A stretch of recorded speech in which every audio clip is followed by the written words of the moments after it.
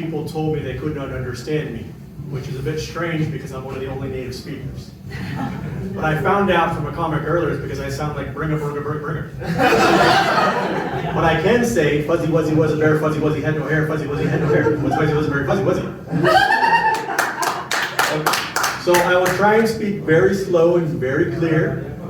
So I'm going to tell you a story today, and this is an absolutely true story. You're not going to believe it, but it is true. So I want you to think back. It's a few weeks before Christmas, 1986. I'm 12 years old. It's small town America. If you need a reference point, think Stranger Things season 4. Okay? So my dad told my 7-year-old brother and I we were going to McDonald's.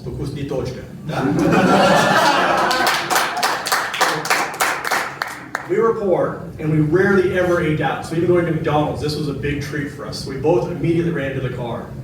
Now this McDonald's had 29-cent cheeseburgers. So imagine 29 ruble cheeseburgers.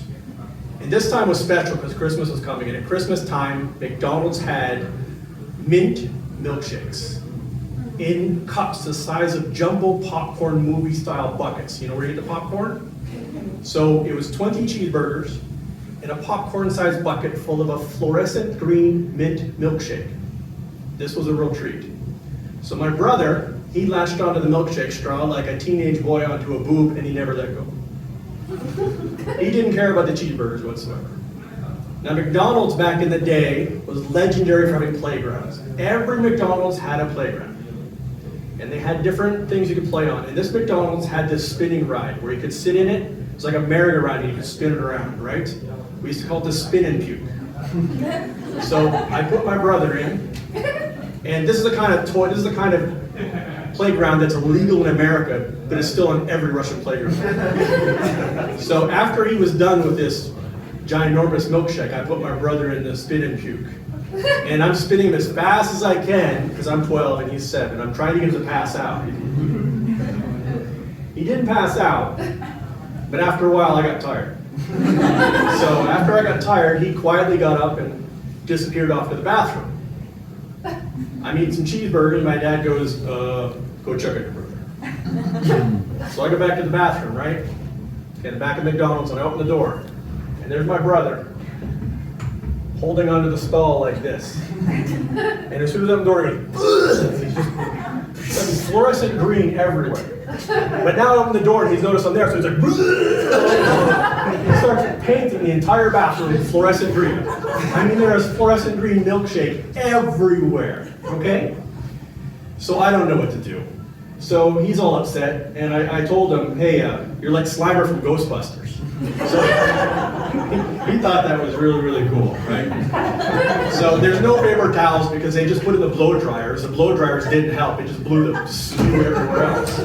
So I took his shirt and wiped his face off, so now his shirt is completely green, right? And I'm thinking, oh God, what am I gonna do? So I'm like, okay, let's take him out and let Dad figure this out, right? So I'm walking out, and we're going out, and I see the manager from McDonald's coming back to the bathroom. And I'm thinking, oh God, don't notice the little green child here, little green goblin, just don't say anything. And I'm just trying to walk past, not get noticed. And my brother looks up and goes, I'm Slimer, I slime in your bathroom.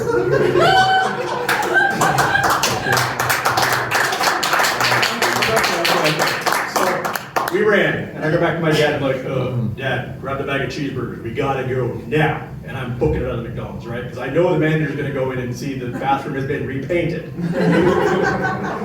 My dad goes, so I ran to the car, my dad follows. I'm like, start the car, let's go. And he's like, why is your brother green? So I said, drive now, ask later. So the thing is, my dad was too cheap to buy a Christmas tree. And see, this whole plot was just to get a Christmas tree, okay? Most people, you buy a Christmas tree, right? You've heard well, there was somebody down in Marino or wherever it was, they went down and chopped one out in the middle of the road, right? I'm pretty sure that might have been a Russian family.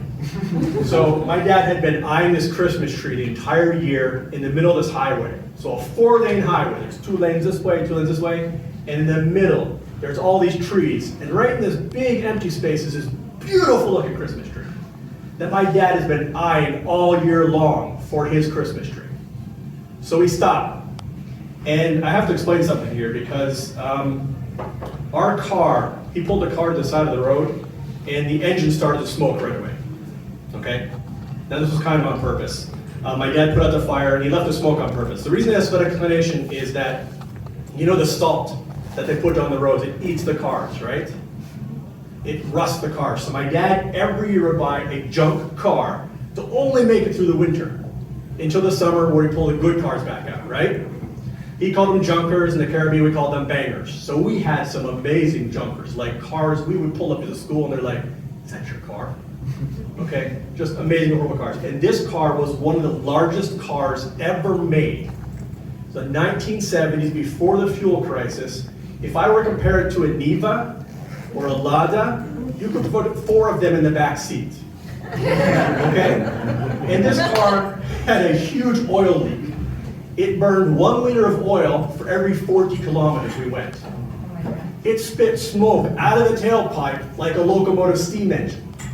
And when you stopped the car for more than a few minutes, the oil in the engine would flame up. So we had to carry water and put the engine out. We popped the hood. This is not a joke. This is all true.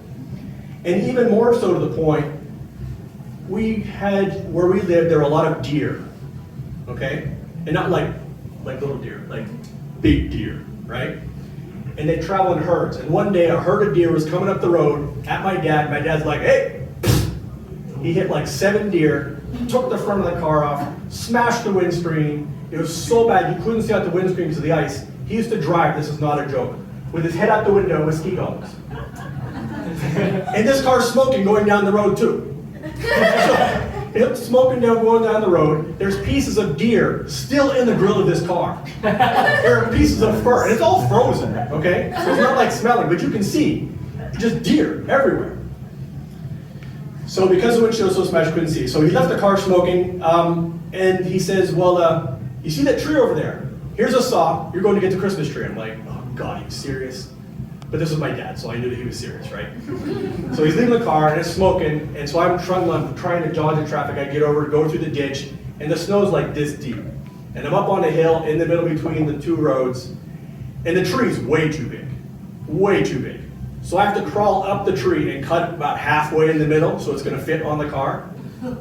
So I'm up in the tree, trying to cut it. Now the state police come. And they're trying to help my dad with the car. I'm like, oh God, and now the tree's about ready to fall. I'm trying to hold on to the tree, not be noticed. You know, I'm in a ski jacket, like bright yellow. If you look over, you can see I'm in the tree, right? And finally I can't hold it. I waited for the police officer to like turn around and just, the whole tree fell down. And the snow went, and the snow is deep, and the snow went up, whatever, and the cop turns around. I'm trying to make sounds like a beaver. I don't know what a beaver sounds like. But you can see the snow everywhere. Fortunately, the snow is deep, but if you couldn't see the tree anymore. And finally the cop takes off.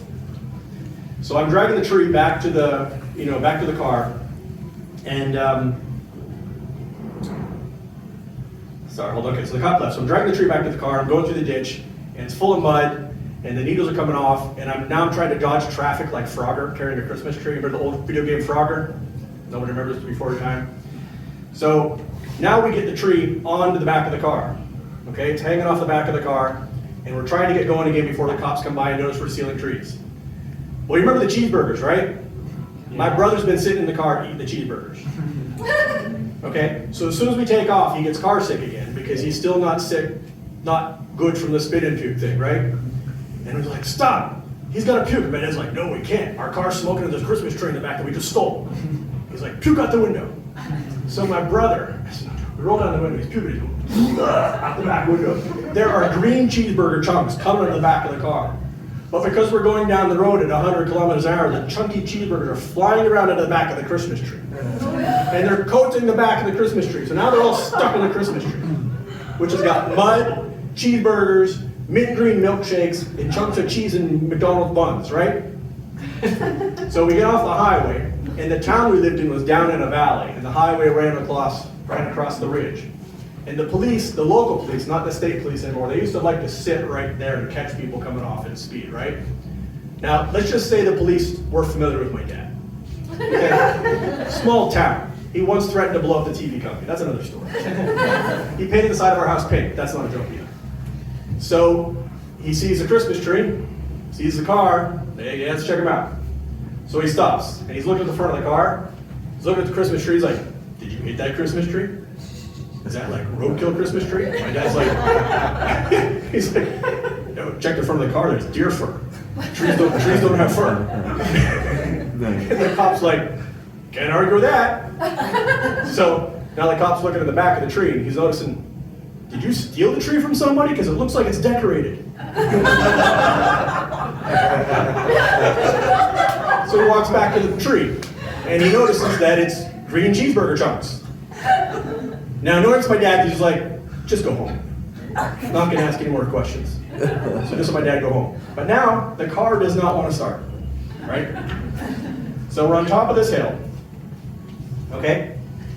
And he's like, push the car so I can pop the clutch. Now, older cars and older manual cars, they didn't start. You push the clutch in, you push the car, you let the clutch out, and the car starts, okay? He's like, push it. So I'm getting out, and I'm pushing this huge honking car with a Christmas tree in the back. He lets out the clutch, and it backfires, right? So a big honking flame comes out of the tailpipe. And then he's like, jump on. I can't stop. So now, I jump on, I'm hanging onto the Christmas tree. The Christmas tree starts to come off the car. So half the Christmas tree dragging behind me. We're trailing a whole pile of needles behind us. And because of all the oil that comes out of the tailpipe, it has coated the top of the Christmas tree in oil. And when it backfired, it lit the Christmas tree on fire. So now the Christmas tree is smoking. It's not like blazing, but it's like smoking like the car, right? And the cop had taken off before us. And there was a spot where we lived, there was this spot, he had to make a right turn, and he couldn't stop because the car was going to stall again. And I'm not joking about it. So I'm hanging on the Christmas tree. The Christmas tree is smoking. It's full of cheeseburgers. The same cop is waiting at a stop sign right there. And he blows by them through the stop sign, slides around, slips through with me hanging off the Christmas tree, and the cop's just like, that's it. So that was my Christmas 1986.